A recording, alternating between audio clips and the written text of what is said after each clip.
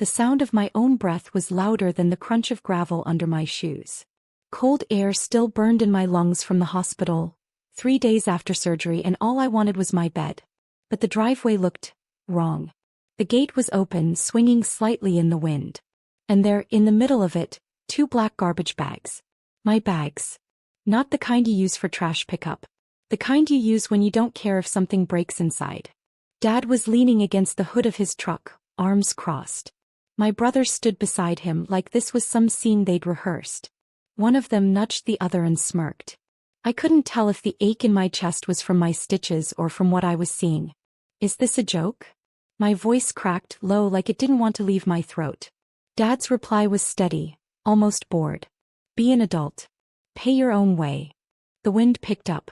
A candy wrapper skated across the pavement. My hands trembled against the handles of those bags, but I didn't lift them. I didn't argue. I didn't plead. I simply turned slow and walked back to my car. My shadow moved over the hood, long and thin, before vanishing into the door frame. The engine roared to life. No one stopped me. As the gate disappeared in my rearview mirror, my body hurt in ways my surgeon hadn't warned me about. My name is Claire. And if you think this is a story about me crawling back, stay with me. Because that day, as the highway stretched out before me, I made a silent promise. The next time they'd see me, I'd be someone they couldn't touch. The road out of town felt like a thin thread pulling me away from everything I'd known, frayed, fragile, but just strong enough to hold. By the time the sun dipped behind the horizon, my body was screaming for rest. I stopped at a small roadside motel 2 states over. The sheets smelled like detergent and cigarette smoke, but at least they weren't wrapped in black plastic at the end of a driveway. That night, I stared at the ceiling and thought about the way Dad's eyes didn't even flinch. The way my brothers stood there, silent, like they had already erased me from the family album. 3 men I had cooked for, cleaned for, helped pay bills for when work was slow. And the sentence that wouldn't leave my head: be an adult. Pay your own way. Fine. I would. Just not anywhere near them. The next morning, I found myself looking at a map over stale coffee. There was a city on the other side of the country, one I'd always wanted to visit but never dared to. No one there knew my history. No one would lower their voice when talking about me. I started calling landlords, clicking through listings until I found a small apartment with light pouring in from tall windows. The rent was high. My savings were thin. But after what I'd just left, I figured I could survive on less if it meant breathing again. Moving in was a blur. A few suitcases, a second-hand couch, the smell of new paint. I didn't unpack right away. Instead, I sat on the floor by the window and let the city's noise fill the room. In the weeks that followed, I found work at a marketing firm. It wasn't glamorous, but it was mine. My boss, an older woman with silver hair and a voice like steady rain, treated me like I had worth before I even proved it. For the first time in years, I felt the pieces of myself slotting back together. And then 5 months later, my phone lit up at 9:14 p.m. The name on the screen stopped my breath cold. The message was short. Almost casual. Can you come back and help with the house? I stared at it for a long time, my thumb hovering over the screen. Not because I was tempted, but because I knew this was only the beginning. I didn't answer right away. Not because I needed time to think, but because silence is sometimes louder than words. I set the phone face down on the counter and kept making tea. The steam fogged the glass above the sink, blurring the city lights into soft halos. My pulse stayed steady. 5 months ago, his voice had been cold enough to freeze me in place. Now it didn't even reach me. By morning, there were 2 more messages. Your brothers can't manage it alone. It's falling apart since you left. I almost laughed. Not because it was funny, but because of how predictable it was. When I lived there, I had fixed leaks, patched walls, handled bills. All the things they never noticed until they were gone. I sipped my tea, letting the bitterness sit on my tongue. The old me would have packed a bag, booked a ticket, convinced herself she could endure one more round of being invisible for the sake of family. But the woman in this apartment? She was learning to breathe without permission. That week, I didn't reply. I went to work, stayed late, signed 2 new clients. My boss clapped a hand on my shoulder and told me, "You're the kind of steady people build teams around." It struck me, I had been steady for them my whole life and they'd thrown that away. On Friday night, my phone rang. Not a text this time. The screen lit up with Dad calling. I let it ring twice before answering. His voice was rough like he'd swallowed sand. Claire. We need you back here. It's bad. Bad how? I asked, keeping my tone even. He sighed long and heavy. Pipes burst. Roofs leaking. Your brothers, they're not handling it. You were always better at. I cut him off. At fixing things? Silence. The kind that makes you see everything clearly. I pictured the garbage bags at the gate. The gravel under my shoes. The sting in my chest that day. And I realized they weren't calling because they missed me. They were calling because they missed what I could do for them. I didn't tell him no. I didn't tell him yes. I just said, I'll think about it. Then I hung up and started making a list. The list started small.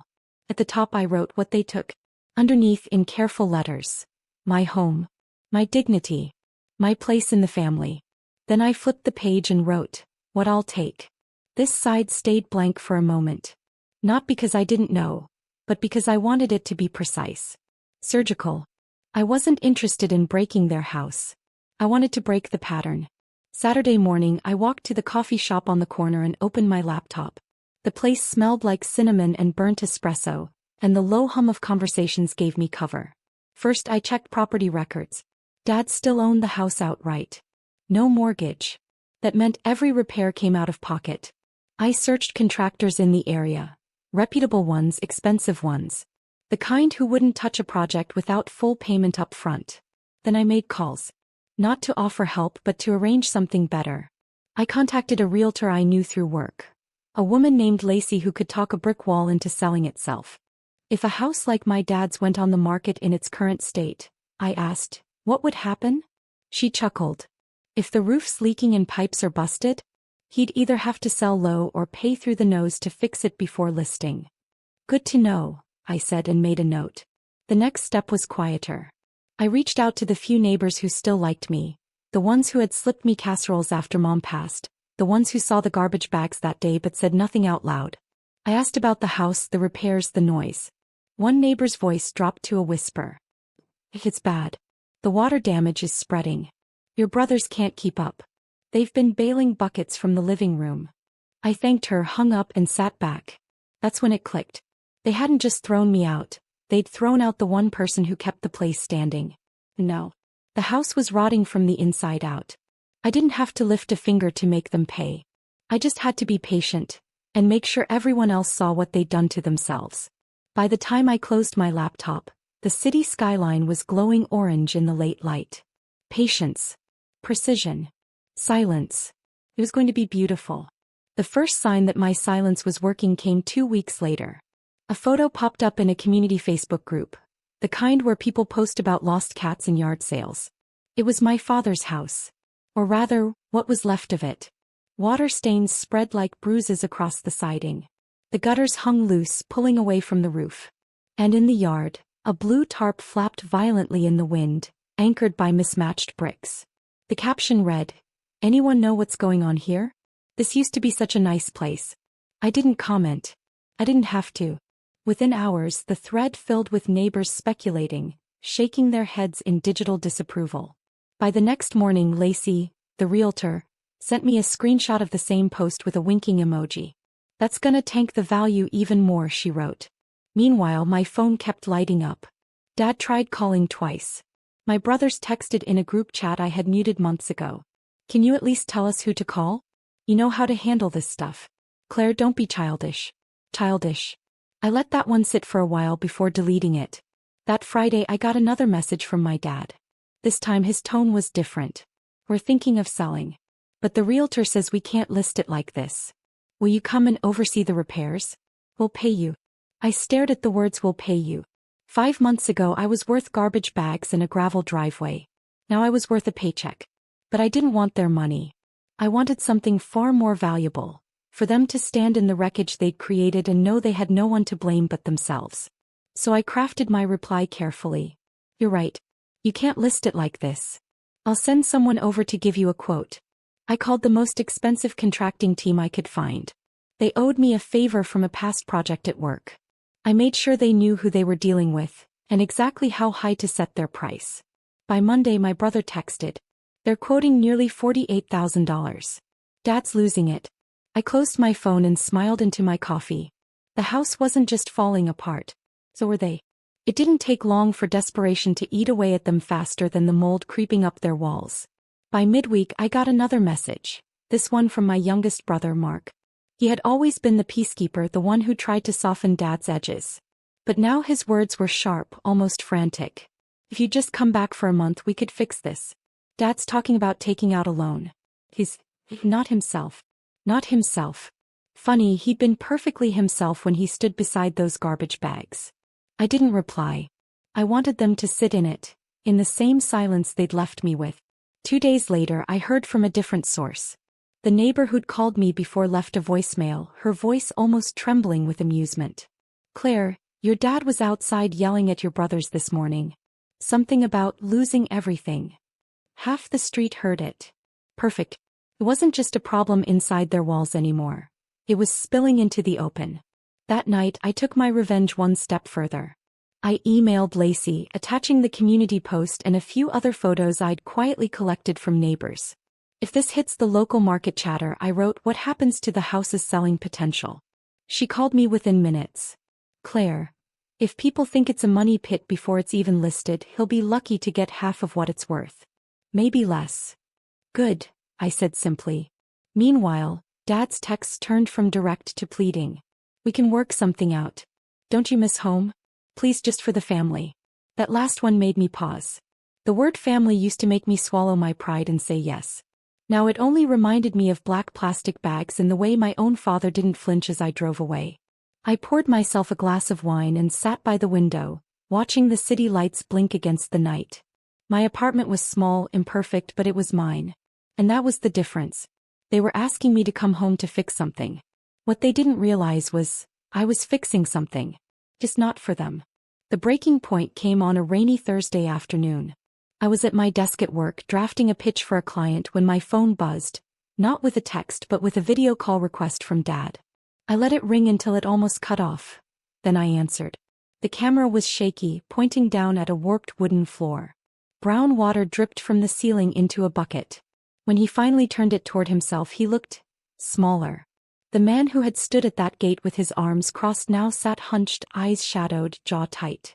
Claire, he started, his voice heavy. We can't do this without you. I leaned back in my chair, letting the hum of my office fill the silence between us. You managed fine without me before. He flinched, a quick, almost invisible twitch. Look, we were wrong. About that day. His words stumbled out like they'd been sitting too long, gathering dust. We shouldn't have thrown me out after surgery? I finished for him. He closed his eyes. Yes. For a moment I said nothing. I wanted him to feel the weight of his own voice.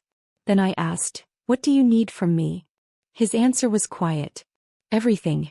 The house, the repairs, we'll lose it if we don't fix it soon.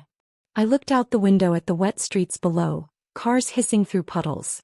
You'll lose it anyway, I said.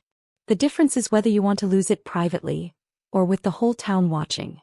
His breath caught. What are you saying? I'm saying, I replied slow and steady, that I can help you. But it won't be for free. And it won't be on your terms. He swallowed hard. Name it. That was the moment I had been waiting for, not the offer but the shift. The same man who had told me to be an adult was now asking for permission to keep the roof over his head. I'll think about it, I said and ended the call. I didn't need to think.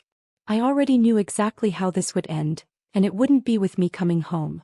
I waited 3 more days. Not because I needed the time, but because I wanted every second of those days to stretch for him the way the months had stretched for me.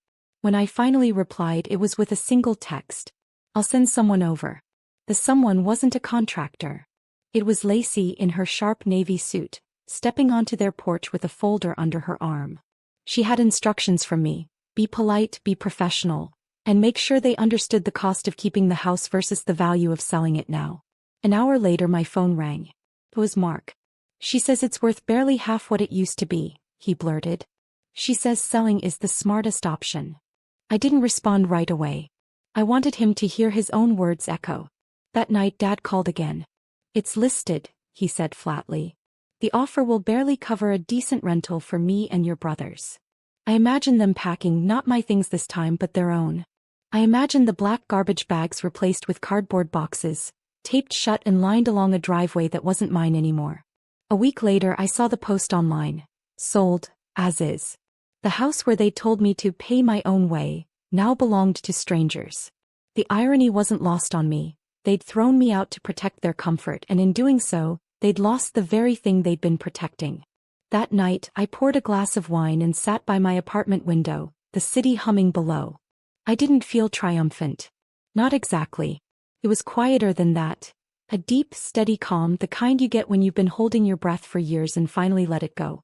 If they wanted me to be an adult, fine. I'd become one. Just not the way they imagined. And when the last box left that driveway, so did every ounce of power they'd ever had over me.